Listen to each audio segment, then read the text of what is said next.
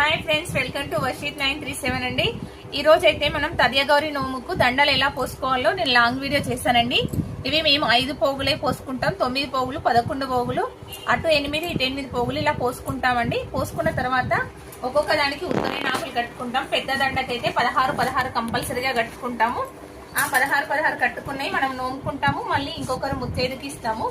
అవి మళ్ళీ తాళికి కట్టుకోవాలండి. కట్టుకున్నాయి ఇవైతే నేను లాంగ్ వీడియో చేస్తాను, ఒకసారి చూడండి. మేమైతే ఇలా దండలకి 16 ముళ్ళు వేస్తాం, 16 ఆకులు కడతాం, పసుపు రాస్తాము. నోముకోవడానికి ఈజీగా ఉంటుందండి. నోముకునే టైంగా హడావిడి ఏం లేకుండా ముందు రోజు ఇవన్నీ రెడీ పెట్టుకుంటే ఈజీగా ఉంటుందని నేనైతే ఇలా రెడీ చేసుకుంటున్నాను.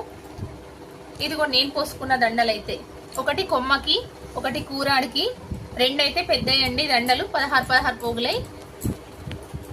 ఒకటి కొమ్మల కడతాం, ఒకటి కూరాడు కడతాం, ఒకటి మెడలో కట్టుకుంటాం, ఒకటి నోముకోవడానికి ముందు కట్టుకుంటాం మా ఆచారం ప్రకారం.